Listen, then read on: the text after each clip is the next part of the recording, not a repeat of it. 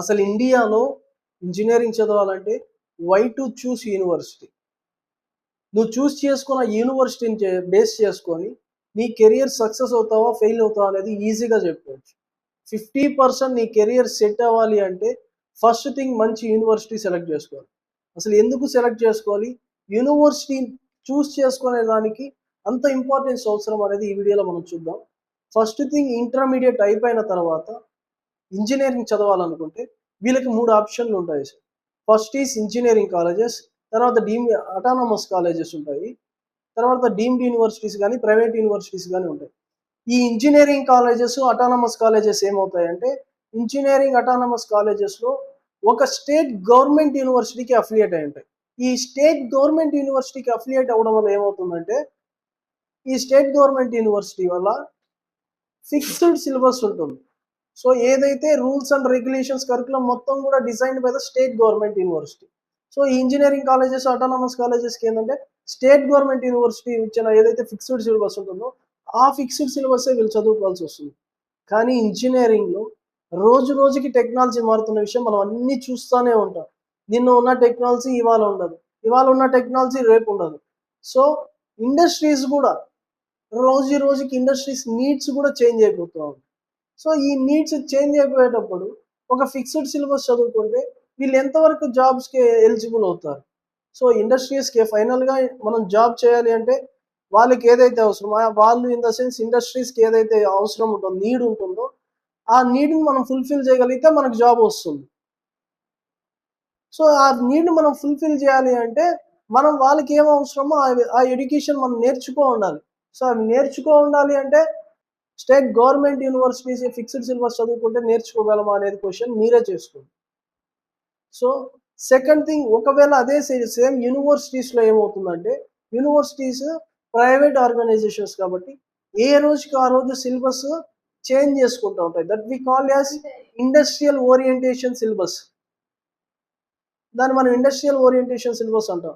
అంటే యూనివర్సిటీలో మాత్రమే నీకు ఈరోజు ఏదైతే అవసరం ఉందో రేపు ఫ్యూచర్ ఏదైతే ఉంటుందో ఏ కోర్సుకి అయితే డిమాండ్ ఉంటుందో ఆ కోర్సెస్ అన్నీ కూడా ఆ టెక్నాలజీ అంతా కూడా నేర్చుకోవాలి అంటే అది యూనివర్సిటీలో మాత్రమే సాధ్యమవుతుంది.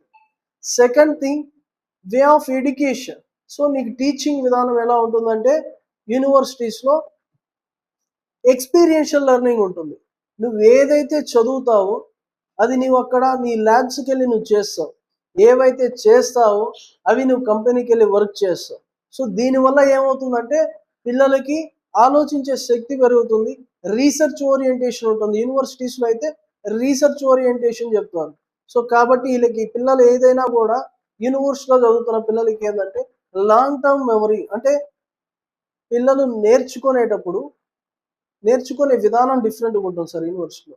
సో ఇప్పటిదాకా ఎలా అయితే ఇంటర్మీడియట్లో బుక్ లెర్నింగ్ సిస్టమ్, అంటే బుక్స్ చదువుతారు, ఓన్లీ థియరీ చదువుకుంటారు, థియరీ చదువుకొని వెళ్ళి ఎగ్జామ్స్ రాస్తారు. ఎవడైతే ఎక్కువ రోజులు గుర్తుపెట్టుకోగలరో వాడు ఎగ్జామ్లో బాగా పర్ఫామ్ చేస్తాడు. చూసి రాసిన వాడికి అదే మార్కులు, చూపించిన వాడికి అదే మార్కులు. దీనివల్ల వీళ్ళకి ఫ్యూచర్కి ఏదైనా యూజ్ ఉందా అంటే దెర్ ఇస్ నో యూస్.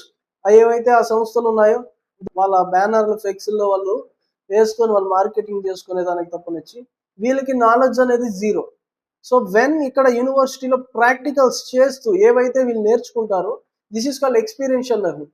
వాళ్ళు చేస్తూ వాళ్ళు నేర్చుకుంటారు కాబట్టి వాళ్ళకి ఎప్పటికీ గుర్తుండిపోతుంది. సో ఇంజనీరింగ్ ఎలిజిబిలిటీ ఒకటే సార్. ఈ రోజున్న సొసైటీ ఫేస్ చేస్తున్న ప్రాబ్లమ్స్ ఏంది, ఆ ప్రాబ్లమ్స్కి నా వంతు నేను సొల్యూషన్ ఏ విధంగా ఇవ్వగలను.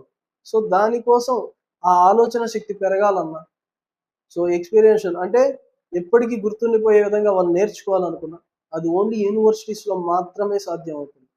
సో అదేవిధంగా ఈ ప్రైవేట్ ఆర్గనైజేషన్స్ కాబట్టి నెంబర్ ఆఫ్ ఆపర్చునిటీస్, మన దగ్గర ఎంత టాలెంట్ ఉన్నప్పటికీ కూడా వితౌట్ ఆపర్చునిటీ, ఒక ఆపర్చునిటీ మనకు లేకపోతే, మనల్ని మనం ప్రూవ్ చేసుకోవడానికి ఒక ప్లాట్ఫామ్ లేకపోతే, సో మనకి ఎంత నాలెడ్జ్ ఉన్నా కూడా అది అక్కడే ఉండిపోతుంది. సో యూనివర్సిటీలో ఏంటంటే నెంబర్ ఆఫ్ ఆపర్చునిటీస్ ఎక్కువ ఉంటాయి, అంటే ప్లేస్మెంట్ రిక్రూట్మెంట్ కోసం కంపెనీస్ ఎక్కువగా ఉంటాయి. సో దీనివల్ల ఏమవుతుందంటే వీళ్ళకి మంచి ఆపర్చునిటీస్ దొరుకుతాయి. సో ఎడ్యుకేషన్ అనేది ప్రతి ఒక్కరికి అవసరం సార్. ఈ వాల్యుబుల్ ఎడ్యుకేషన్ మొత్తం కూడా ప్రైవేట్ ఆర్గనైజేషన్స్ అంటే బిజినెస్ మెన్ చేతుల్లో ఉన్నాయి కాబట్టి మార్కెటింగ్ పేరుతో ప్రలోభాలకు గురి చేస్తుంటారు కాబట్టి మీరు చాలా జాగ్రత్తగా ఉండాలి సార్. మన ఇండియాలో సుపీరియర్ ఇన్స్టిట్యూషన్స్గా మనం చెప్పుకునే ఐఐటీస్ గ్లోబల్ ర్యాంకింగ్లో చూసుకుంటే 124వ స్థానంలో ఉంది సార్. సో అవే 124 స్థానంలో ఉన్నాయంటే నువ్వు చదువుకోబోయే ఇంజనీరింగ్ కాలేజో లేకపోతే ఇన్స్టిట్యూషన్ ఏదైనా వాది కనీసం దరిదాపులు గ్లోబల్ ర్యాంకింగ్స్ దగ్గరలో కూడా ఉండదు. ఏదో ఒక కాలేజ్లో జాయిన్ చేయించేసి 4 ఇయర్స్ అయిపోయిన తర్వాత స్టూడెంట్ని ప్లేస్మెంట్ రాలేదు, జాబ్ చేయట్లేదు, ఖాళీగా ఉన్నామంటే ఎంతవరకు కరెక్ట్? వాళ్ళు ఎక్కడి నుంచి చేయగలరు? సో ఈ యూనివర్సిటీని ఏ విధంగా సెలెక్ట్ చేసుకోవాలి, ఈ యూనివర్సిటీ సెలెక్ట్ చేసుకోవడానికి బేసిక్ ప్రిన్సిపల్స్ ఏంది, ఇవన్నీ కూడా నెక్స్ట్ అప్కమింగ్ వీడియోలో మాట్లాడుకుందాం.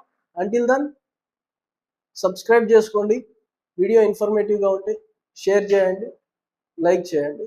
ఏదైనా మీకు ఇంకేదైనా ఇన్ఫర్మేషన్ కావాలా రిగార్డింగ్ యూనివర్సిటీ కానీ కెరియర్ కౌన్సిలింగ్ కానీ కావాలనుకుంటే కమెంట్ చేయండి. Thank you.